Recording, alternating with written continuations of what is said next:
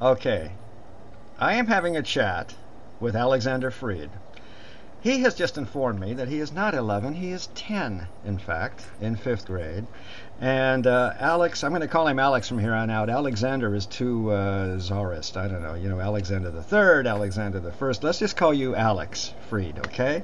Violinist, young violinist.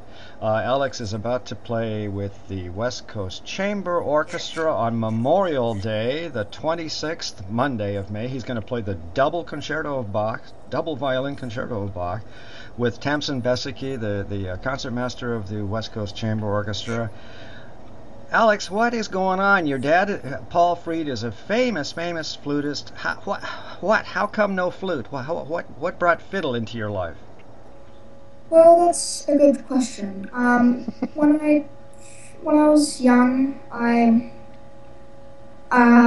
flute was an instrument I liked, but it didn't really possess the type of sound I liked. And the violin, the violin was, it was put into many more concertos that I listened to, and one of my favorite pieces was, of course, the Vivaldi Seasons, and I grew to love the violin in that direction. So you like the color of this instrument, the beautiful sound that the violin produces. What about the horrendous job of learning how to play violin? Did it come naturally? I mean, you have to hold this thing up against your chin. It's horrible.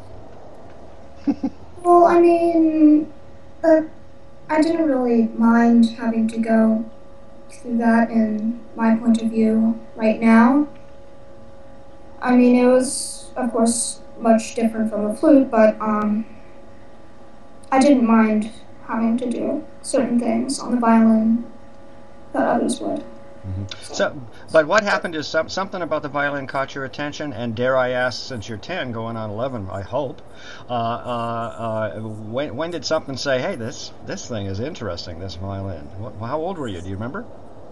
well, that time actually came pretty early. Maybe I started playing violin when I was 4, and now it's hard to remember, but I'd say after the first couple of competitions I went into, maybe I was 8 or 9 years old. I became aware that this is a good road to go on. So yeah. Okay, now you just said you became aware that this is a good road to go, and also you told. Pardon us, the train is going by up here in Santa Barbara. You guys are, I don't know where, somewhere down in L.A. But my point is something about it amazes me. I interview all kinds of older musicians, professional musicians, and they all start right at about 4, and they all very early on get this kind of feeling.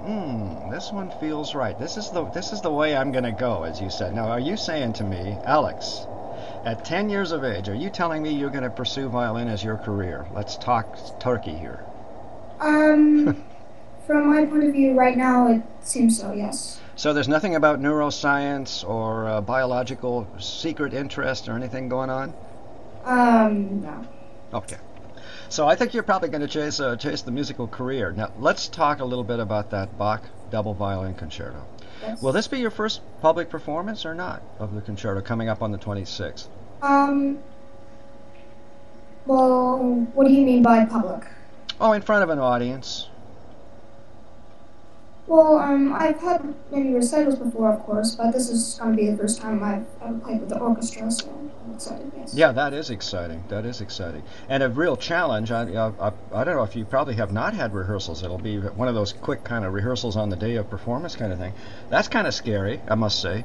And it's one thing to kind of play with the piano going, shall we say, if you have a pianist that helps you, and then it's quite another when you've got this agglomeration of musicians behind you, with all of them with their own minds. So this is going to be very exciting. Is this your debut as a violinist in a public concerto setting, or what? Um, I can't say no to that, so yeah. Wonderful. Why not be proud of it? That's exciting. That's going to bring a whole lot more interest. So that's what we're here for, is to put up this video interview and get people to go, I don't believe that kid plays violin. We're going to see. That's what we want.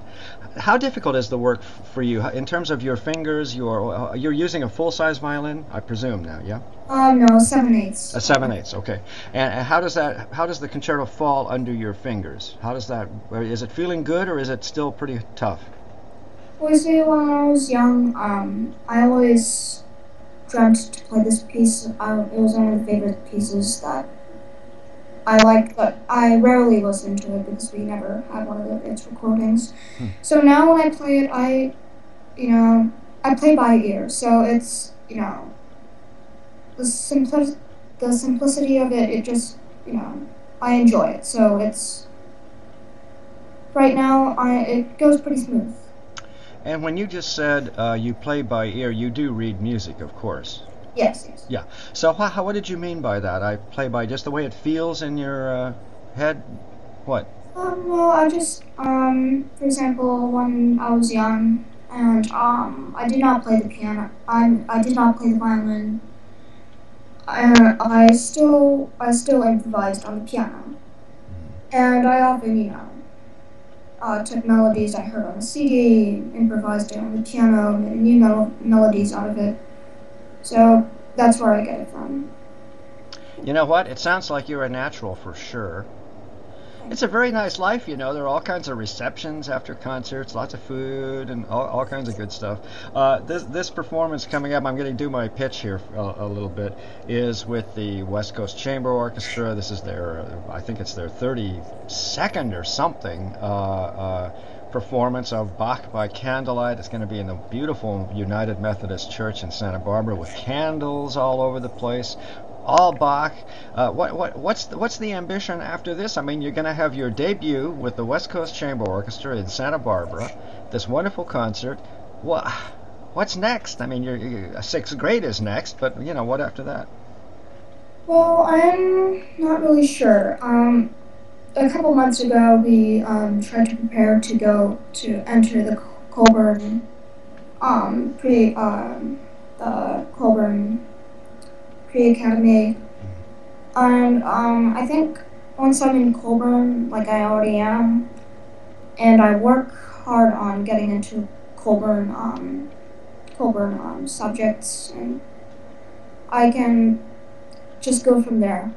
Yeah. Start. I think it all starts from Colburn. Yeah. Yeah. After this. I mean, you have it exactly right. Colburn is, I mean, on the West Coast, Colburn is really our Juilliard. So you have chosen the right place if you're going to be on the West Coast.